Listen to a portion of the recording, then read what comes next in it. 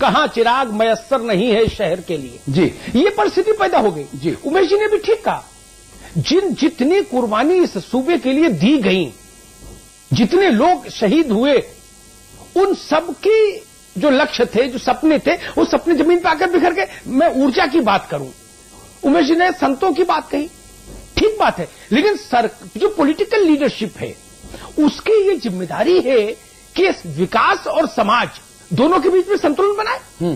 गंगा भी जरूरी है उत्तराखंड के लिए और बत्ती भी जरूरी है, लाइट भी जरूरी, दोनों के बीच में संतुलन कौन बनाएगा?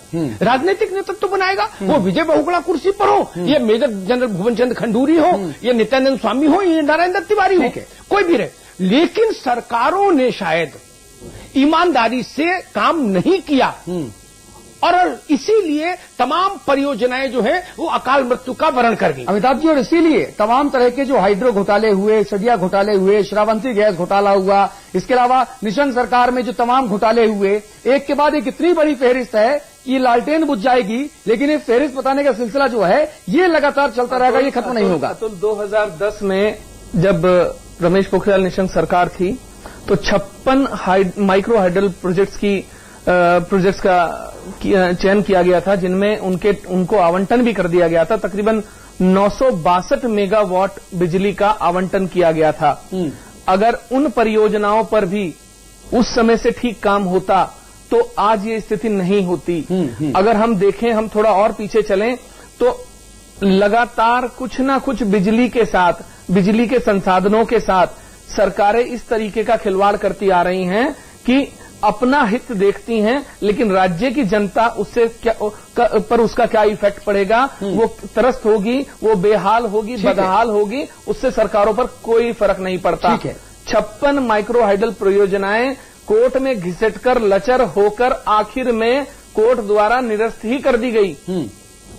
तो कहीं ना कहीं सरकारें इसके लिए जिम्मेदार हैं। आज वो जनता वोट देना जानती है, समय पर वोट देती है, चाहे वो बहकावे में आके दे या अपनी सूझबूझ से दे। देखिए, हमारे लगातार संवाददाता हमारे साथ जुड़े हुए हैं। एक बार फिर से हम चाहेंगे कि जो हमारे 6 संवाददाता, जी आपकी टीवी स्क्रीन पर ये 6 संवाददाता हमारे साथ जुड़े हुए हैं, हम इनसे बात करेंगे। रामनगर आपको लेकर चलेंगे, हम देहरादून ले गए, आपको विकासनगर ले गए, रामनगर की बारी है। नसीम खान साहब, नसीम खान, रामनगर से आप हैं, क्या वहां पर सूरत हालात आप देख रहे हैं इस वक्त, जहां तक ऊर्जा की बात की जाए तो? जैसा कि मुख्यमंत्री ने कहा था कि 15 दिन के बाद जो है बिजली की समस्या को दुरुस्त कर दिया जाएगा। और मैं आपको बता दूं कि रामनगर जो है एक पर्यटन शहर है। कॉर्बेट नेशनल पार्क जो है रामनगर का एक महत्वपूर्ण अंग है। बावजूद इसके कि रामनगर में बिजली की असीमित कटौती के कारण सभी व्यवसायों पर इसका फर्क पड़ रहा है। सभी लोग परेशान हैं। एक आम मजदूर से लेकर के बड़ा व्यापारी तक पूर्ण रूप से परेशान है, बेहाल है। गर्मी और बिजली की कटौती की दोहरी मार को झेल रहा है। और मैं अगर बात करूं पूरे रामनगर की, तो रामनगर की जनता राज्य सरकार से बहुत ज्यादा खुश नहीं है, बहुत ज्यादा। ठीक है वसीम, जाहिर तौर पे आप जो बात कह रहे हैं समझ में आ रही है वसीम, क्योंकि वसीम आज जाहिर तौर पे आपको देख के लग भी रहा है कि किसने अंधेरे में खड़े होकर, हमारे संवाददाता जो हैं उनके पास भी लाइट में असर नहीं है, और जो लाइट है वो इतनी ज्यादा नहीं है कि वो जैसे टेलीविजन चैनल्स पर दिखाया जाता है उतना साफ सुथरा खुद को नहीं दिखा पा रहे। क्या करें साहब, रामनगर में भी लाइट नहीं है, देहरादून में भी लाइट नहीं है। इसके अलावा हम आपको नैनीताल लेके चलेंगे, उधम सिंह नगर लेके चलेंगे, अल्मोड़ा लेके चलेंगे, आप सभी लोगों को हम इन जगह का हाल दिखाएंगे। लेकिन हम उमेश जी के पास दोबारा चलना चाहेंगे। उमेश जी, मुझे समझ नहीं आ रहा है कि आखिरकार जो दिक्कत है वो दिक्कत कहां पर है? क्या जो हमारे राजनेता हैं, जो सरकारें हैं, क्या वो ठीक से प्लान नहीं करती, या पुरानी सरकारों का जो फैलाया गया रायता है वो इस सरकार केवल समेट रही है? अभी देखिए अतुल, आपने कहा कि सरकारों के साथ कहीं ना कहीं समस्या है। ये वाकई में सच है कि सरकारों के साथ ही समस्या है। 2002 से 2007 तक नारायण दत्त तिवारी की सरकार रही, वो आपसी गुटबंदी से जूझते रहे, लगातार कहीं ना कहीं समस्याएं आती रही, लेकिन उसके बावजूद भी तिवारी जी ने काफी विकास किया।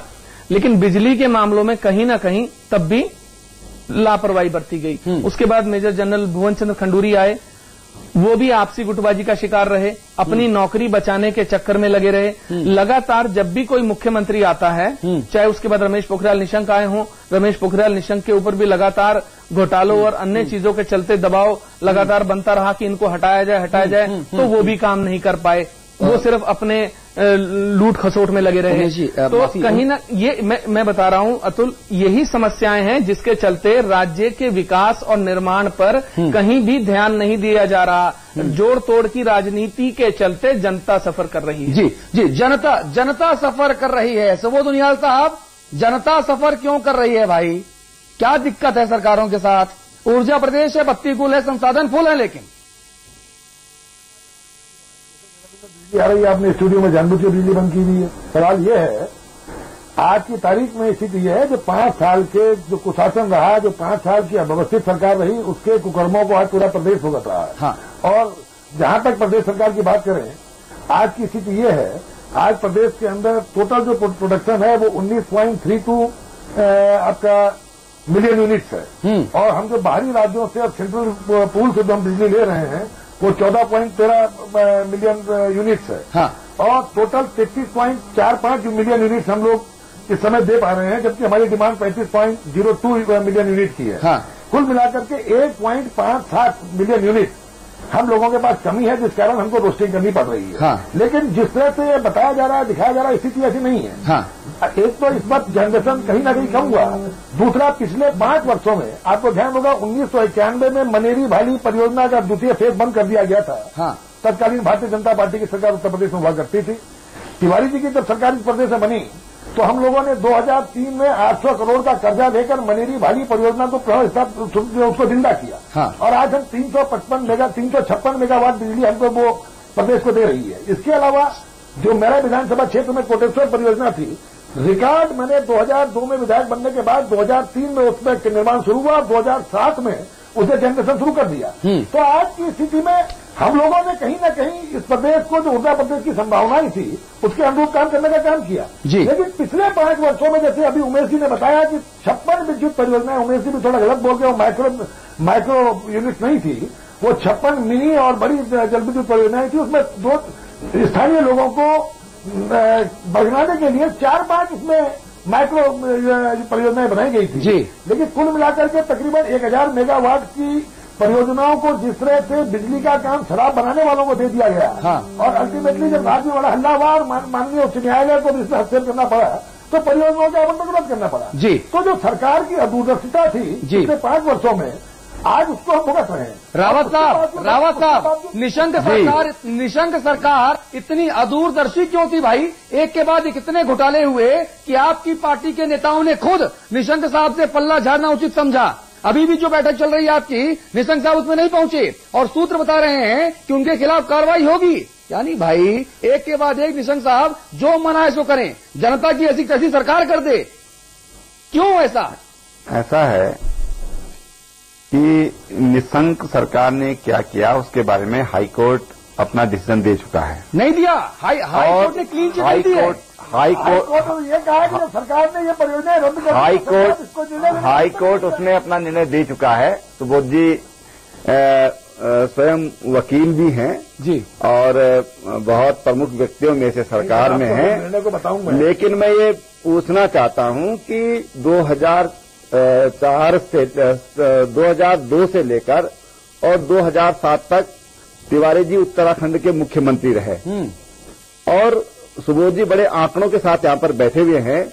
हमको ये बताएं कि क्या 1 मेगावाट बिजली उन्होंने इस बीच में पैदा की है या केवल पिछली सरकार को कोसना, जैसे इनके मुख्यमंत्री रोज यही काम कर रहे हैं, सुबह से शाम तक गाली देने का काम कर रहे हैं, कह रहे हैं पूरा खाली हो गया है। साहब काम जैसा करेंगे वही ना किया जाएगा। क्या रामराज की सरकार नकल कर रहे हैं? क्या इनका काम भी केवल गाली देने का ही है? त्रिवेंद्र जी, इस सरकार को अभी मात्र 3 महीने भी पूरे 90 दिन भी पूरे नहीं हुए हैं, तो इस सरकार के अतुल जी मैं ये कहना चाह रहा हूँ, सुबोध जी जो बात कर रहे हैं कि 2002 से लेकर 2007 तक, मैं आंकड़ों के साथ यहाँ पर बैठे हुए हैं, मैं इनसे ये पूछना चाहता हूँ कि सबके भी आंकड़े प्रस्तुत करें। 356 मेगावाट बिजली का जनरेशन प्रारंभ हुआ, बेल लगाया नरेंद्र तिवारी ने, पानी दिया नरेंद्र तिवारी ने, जब फल आया तो फल तोड़ दिया इन्होंने, तो कहते हैं वो फल पेड़ हमने लगा दिया। दूसरी बात है 2003 मार्च के महीने से अतुल जी परियोजना का द्वितीय अब सुबोध जी को कैसे रोका जाए, अपनी बात कैसे की जाए जी, इसका तो आपको सोचना पड़ेगा। जी को तो कोई नहीं रोक पाता,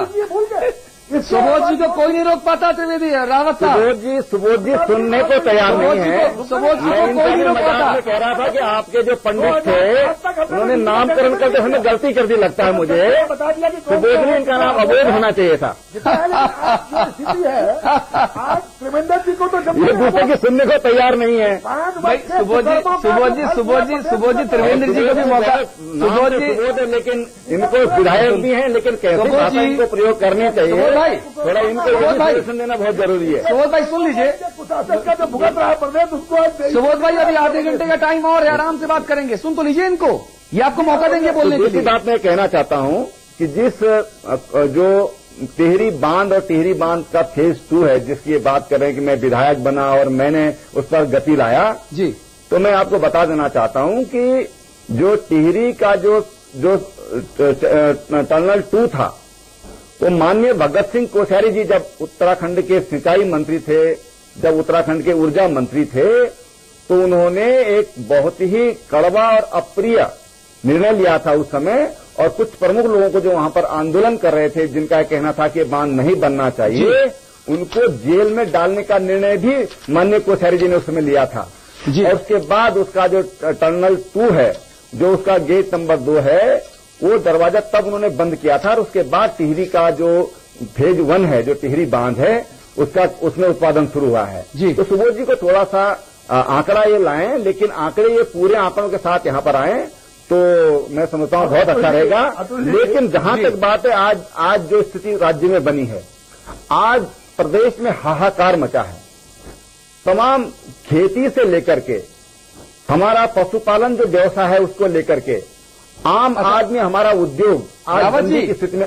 रावत जी देखिए, टीवी की मजबूरी है, हमको संक्षेप में बोलना पड़ेगा। देखिए, अगर मैं सुबोध जी को चुप करा सकता हूं तो आपको भी संक्षेप में बोलना चाहिए। मैं सिर्फ आपसे एक सवाल पूछ रहा हूं, क्या आप ये समझ रहे हैं, ये कहना चाहते हैं कि रमेश चंद्र पोखरियाल निशंक की सरकार वो रामराज दे रही थी और आपके गडकरी साहब जो हैं हटाने के लिए मजबूर हुए, एक राम को हटाया आपने, ये कह रहे हैं क्या? ये बात आप अतुल जी आप ये बात कर रहे हैं, मैं तो राम राज्य की कोई बात ही नहीं कर रहा हूँ। नहीं तो आप जितनी खूबियां गिना रहे हैं। त्रिवेंद्र जी इस सरकार को मात्र 3 महीने हुए हैं, अभी वो भी पूरे नहीं हुए हैं। अभी इस सरकार को नाम 3 महीना नहीं हो सकता, अभी 3 साल। अभी तो सर की जनता और सुबोध जी के साथ शेयर करना चाहता हूँ, जो पिछले जो लोहारी नागपाला है वो किसने बंद किया, ये पूछना चाहता हूं मैं। आज श्रीनगर की जो अलग परियोजना है 340 मेगावाट की, उसको भी बंद करने के आदेश कर दिए हैं, वो किसने किया भाई? अच्छा सुनिए, आप रहिए हमारे साथ। भैरव घाटी परियोजना, आप दोनों रहिए। किसने बात कह रहा हूं मैं, इसके बारे में मजबूरी है, सबको बोलना, सबको सुनना देना जरूरी है। अमिताभ अग्निहोत्री जी मौजूद हैं, हमारे मैनेजिंग एडिटर हैं, वो आपसे बात करेंगे। अमिताभ जी। अतुल जी मेरा अमिताभ जी अभी जो कहा है त्रिवेंद्र जी ने कि सुबोध जी को ध्यान नहीं है कि जो उन्होंने कहा कि साहब 2000 जो विधायक बनने के बाद मैंने शुरू की फेज 2 की योजना, आपको इतना ज्ञान नहीं है। अब तो मुझे आप लग रहे हैं 2003 में टिहरी डैम का फेज 2 कोटेश्वर विद्युत परियोजना प्रारंभ 2003 में हुई और इनका कहना है जो उसका टनल बंद करा दिया कोश्यारी जी ने। अरे उसकी बात नहीं कर रहा हूँ, टिहरी बांध की बात कर रहा हूँ, टिहरी मुख्य बांध की बात कर रहा हूँ। तब फेज 2 की बात, हाँ नहीं, जब ये बंद हो तब तो फेज 2 शुरू होगा, जब पहला चालू होगा। मैं ये कहना चाहता हूँ कि जब पहला चैनल बंद तैयार होगा तब तो सेकंड फेज तैयार होगा। जब पहला ही तैयार नहीं होगा सेकंड फेज। रावत जी बंद करने की बात किस बात बहुत साफ बोलना चाहता हूँ।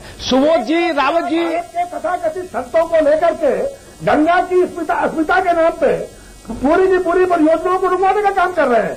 आप दोनों हाथों में लड्डू रखना चाहते हैं कि केंद्र ने बंद कर दी। सुबोध जी,